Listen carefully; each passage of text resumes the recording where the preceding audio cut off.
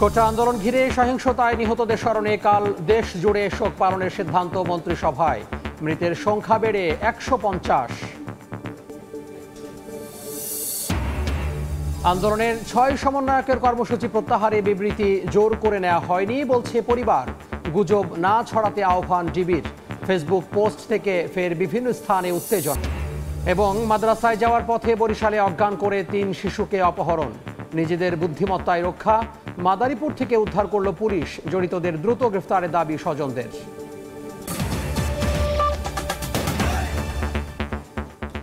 বাংলা সময়ের সঙ্গে আছি আমি তোহা খান তামিম। কোটা সংস্কার আন্দোলন ঘিরে সহিংসতায় নিহতদের স্মরণে কাল দেশ জুড়ে শোক পালন করা হবে। মন্ত্রিসভার বৈঠকে শোক প্রস্তাব গ্রহণ করা হয়। বিকেলে ব্রিফিংয়ে মন্ত্রিপরিষদ সচিব মাহবুব হোসেন এ তথ্য জানান। বৈঠকে সাম্প্রতিক সহিংসতায় এখন পর্যন্ত ১৫০ জনের মৃতের তথ্য দেন স্বরাষ্ট্রমন্ত্রী। সোমবার প্রধানমন্ত্রী শেখ হাসিনার সভাপতিত্বে তার কার্যালয়ে বসে মন্ত্রিসভার বৈঠক। নির্ধারিত ৯টি এজেন্ডা নিয়ে আলোচনা হলেও বৈঠকে গুরুত্ব পায় কোটা সংস্কার আন্দোলন ঘিরে দেশ জুড়ে সহিংসতার বিষয়টি। বৈঠকে নিহতদের স্মরণে শোক প্রস্তাব গ্রহণ করা হয়। মঙ্গলবার সারা দেশে কালো ব্যাজ ধারণ, ধর্মীয় উপাসনালয়ে প্রার্থনার পাশাপাশি দেশব্যাপী শোক পালনের সিদ্ধান্ত নেওয়া হয়। কোটা আন্দোলন নিয়ে যারা হতাহত ঘটনায় যারা নিহত হয়েছেন তাদের জন্য একটি শোক প্রস্তাব গ্রহণ করেছেন। সেই শোক প্রস্তাবটা আনুষ্ঠানিকভাবে নেওয়া হয়েছে। আর দ্বিতীয় যেটা করা হয়েছে সেটা আগামীকাল দেশব্যাপী শোক পালন করা হবে। শোক পালন অংশ হিসেবে কালো ব্যাজ ধারণ করা হবে এবং মসজিদে দোয়া, মন্দির, গির্জা, প্যাগোডায় প্রার্থনা করা হবে।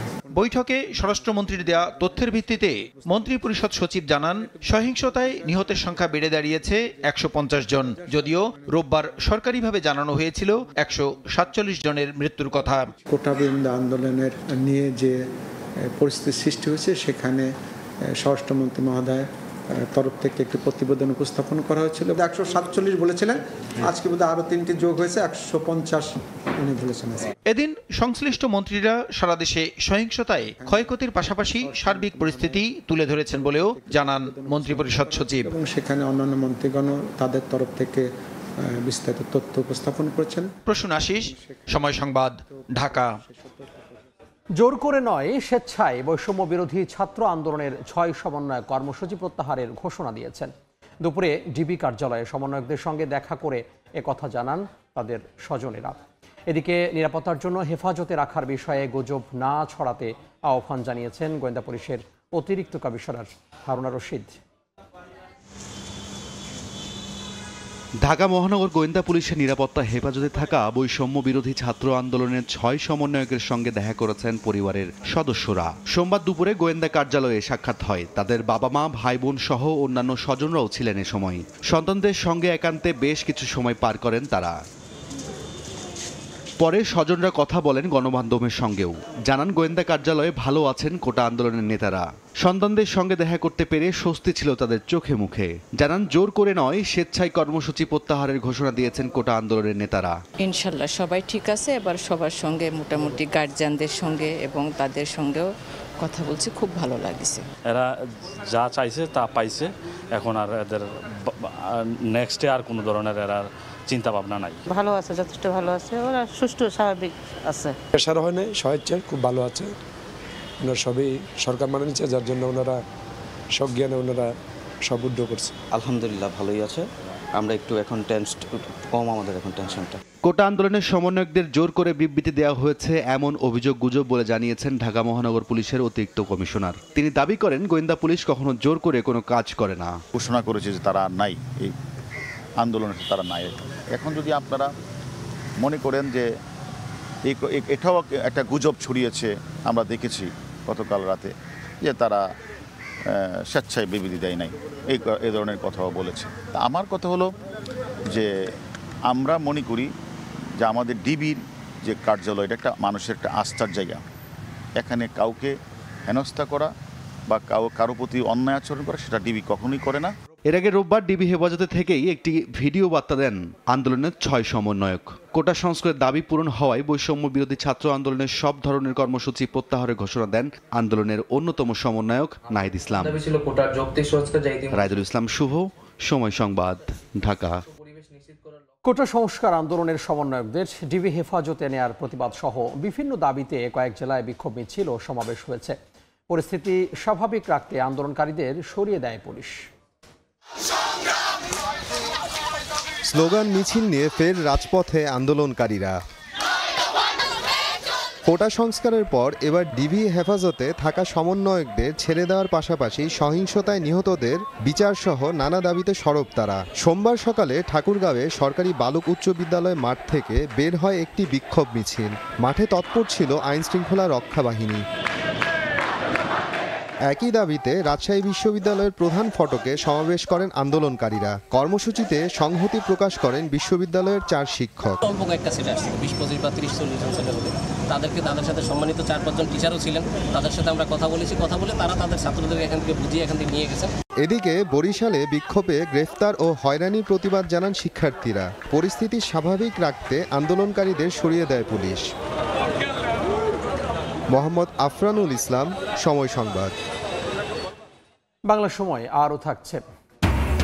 সহিংসতা, কারফিউয়ে পর্যটক শূন্য কুয়াকাটা, হোটেল মোটেলে বুকিং বাতিল, ক্ষতি প্রায় 100 কোটি টাকা, দাবি ব্যবসায়ীদের। মাদ্রাসায় যাওয়ার পথে বরিশালে অজ্ঞান করে 3 শিশুকে অপহরণ করে দুর্বৃত্তরা। ছাত্রীদের বুদ্ধিমত্তায় পেল রক্ষা। গোপালগঞ্জে গাড়ি থেকে নেমে অপহরণকারীরা রেস্তোরাঁয় খেতে গেলে কৌশলে পরিবারকে ফোনে জানায় শিশুরা। পুলিশের সঙ্গে যোগাযোগ করলে মাদারীপুর থেকে তাদের উদ্ধার করা হয়। চক্রটিকে দ্রুত আইনের আওতায় আনার দাবি অভিভাবকদের। সুমন হাসানের তোলা ছবিতে শাকিল মাহমুদের রিপোর্ট। সিসিটিভি ফুটেজে 3 শিশুর সঙ্গে 2 নারী ও 1 পুরুষকে কথা বলতে দেখা যায়। এক পর্যায়ে অজ্ঞান করে 3 শিশুকে নিয়ে চলে যায় তারা। রোববার সন্ধ্যায় বরিশাল নগরীর বেলতলায় পরিবারের সদস্যরা পাঠিয়েছে বলার এক পর্যায়ে শিশুদের নাকে কিছু শুকিয়ে অজ্ঞান করা হয়। জ্ঞান ফিরলে ঢাকাগামী যমুনা লাইন পরিবহনের একটি বাসে নিজেদের দেখতে পায় তারা। গোপালগঞ্জের মাকসুদপুরে যাত্রা বিরতি দিলে অপহরণকারীরা খাবার খেতে নামে। এই সুযোগে বাস থেকে পালিয়ে পরিবারের সঙ্গে যোগাযোগ করে তারা। পরে হাইওয়ে পুলিশ এসে মাদারীপুরের রাজৈর উপজেলার টেকেরহাট বাস স্ট্যান্ড এলাকা থেকে তাদের উদ্ধার করে। তোমার আম্মু ডাকে, তারপর আমরা কইছি আম্মু তো এতলাই দিয়ে গেছে, আম্মু ডাকবে না। তারপর কি জানি করছে, তারপর আর মনে পড়ে না। বাচ্চা বেশি মাশাআল্লাহ, আল্লাহর লাখ লাখ শুকুর। আর চাইবে কখনো চেন হয় না। 8-9 বছরের মেয়েরা এদেরকে যেভাবে ধরে নিয়ে যাইতেছে, আমাদের বাচ্চাদেরকে স্কুল কলেজে দিতে খুব হিমশিম খাইতেছি। এদিকে খবর পাওয়ার 8 ঘন্টার মধ্যে অপহরণের শিকার 3 ছাত্রীকে উদ্ধার করে পরিবারের কাছে হস্তান্তর করেছে পুলিশ। এই ব্যাপারে যারা জড়িত আছে পাচারকারী দলের সঙ্গে, তাদের বিরুদ্ধে খোঁজখবর নিয়ে যথাযথ আইনগত ব্যবস্থা নেওয়ার জন্য আমরা তৎপর আছি। অপহরণের শিকার 3 শিশুর পরিবার বরিশাল নগরীর বেলতলা এলাকার বাসিন্দা। শাকিল মাহমুদ, সময় সংবাদ, বরিশাল। বাংলা সময়ে আরও থাকছে। 2 দশকে সুন্দরবনে মারা গেছে 40টির বেশি বাঘ। শিকারীদের দৌরাত্ম্য প্রাকৃতিক দুর্যোগই কারণ। নিরাপদ প্রজনন ও আশ্রয়স্থল তৈরিতে গুরুত্ব দেওয়ার পরামর্শ। কোটা সংস্কার আন্দোলনে ঘিরে সহিংসতা ও কারফিউ পরিস্থিতিতে স্থবির হয়ে পড়েছে কুয়াকাটার পর্যটন শিল্প। এতে 100 কোটি টাকা ক্ষতি হয়েছে বলে দাবি ব্যবসায়ীদের। এ শিল্পে ধস ঠেকাতে শিগগিরই পরিস্থিতির উন্নতি করতে সরকারের প্রতি দাবি সংশ্লিষ্টদের। মোহাম্মদ মনির হোসেন বাদলের পাঠানো তথ্য ও সুজন দামের ছবি নিয়ে রিপোর্ট। পর্যটক শূন্য সমুদ্র সৈকত, ক্রেতা নেই সাগরপাড়ের মার্কেটগুলোতে।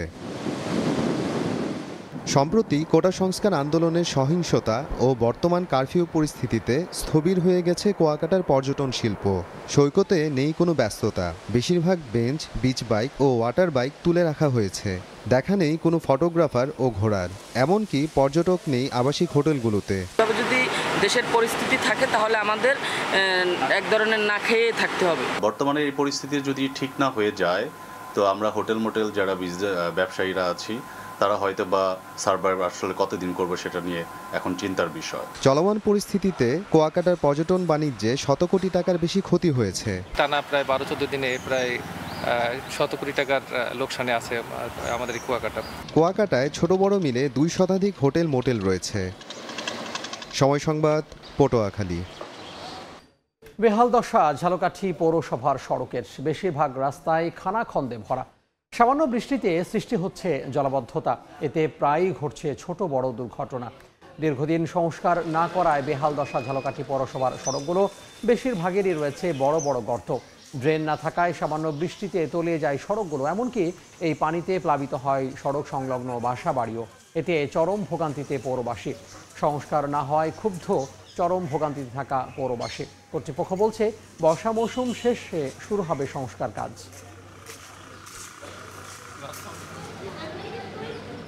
বাঘের সংখ্যা বৃদ্ধি, সুন্দরবনের সমৃদ্ধি, এই প্রতিপাদ্যে পালিত হচ্ছে বিশ্ব বাঘ দিবস। 84 কবে আসার কথা, এবারের নানা উদ্যোগে কমছে মৃত্যুর হার। এ পর্যায়ে শীর্ষ সংবাদগুলো জানিয়ে দিব আরও একবার। কোটা আন্দোলন ঘিরে সহিংসতায় নিহতদের স্মরণে কাল দেশ জুড়ে শোক পালনের সিদ্ধান্ত মন্ত্রিসভায়। মৃতের সংখ্যা বেড়ে 150। আন্দোলনের 6 সমন্বয়কের কর্মসূচি প্রত্যাহারের বিবৃতি জোর করে নেওয়া হয়নি বলছে পরিবার। গুজব না ছড়াতে আহ্বান জিবির। ফেসবুক পোস্ট থেকে ফের বিভিন্ন স্থানে উত্তেজনা। এই ছিল বাংলার সময়। এরপর সন্ধ্যার সময় নিয়ে সঙ্গে থাকবেন সহকর্মী সজল মিত্র রিচার্ড। তামিম, আপনাকে ধন্যবাদ। সন্ধ্যার সময় নিয়ে ফিরছি কিছুক্ষণ পর, সঙ্গেই থাকুন সময়ের।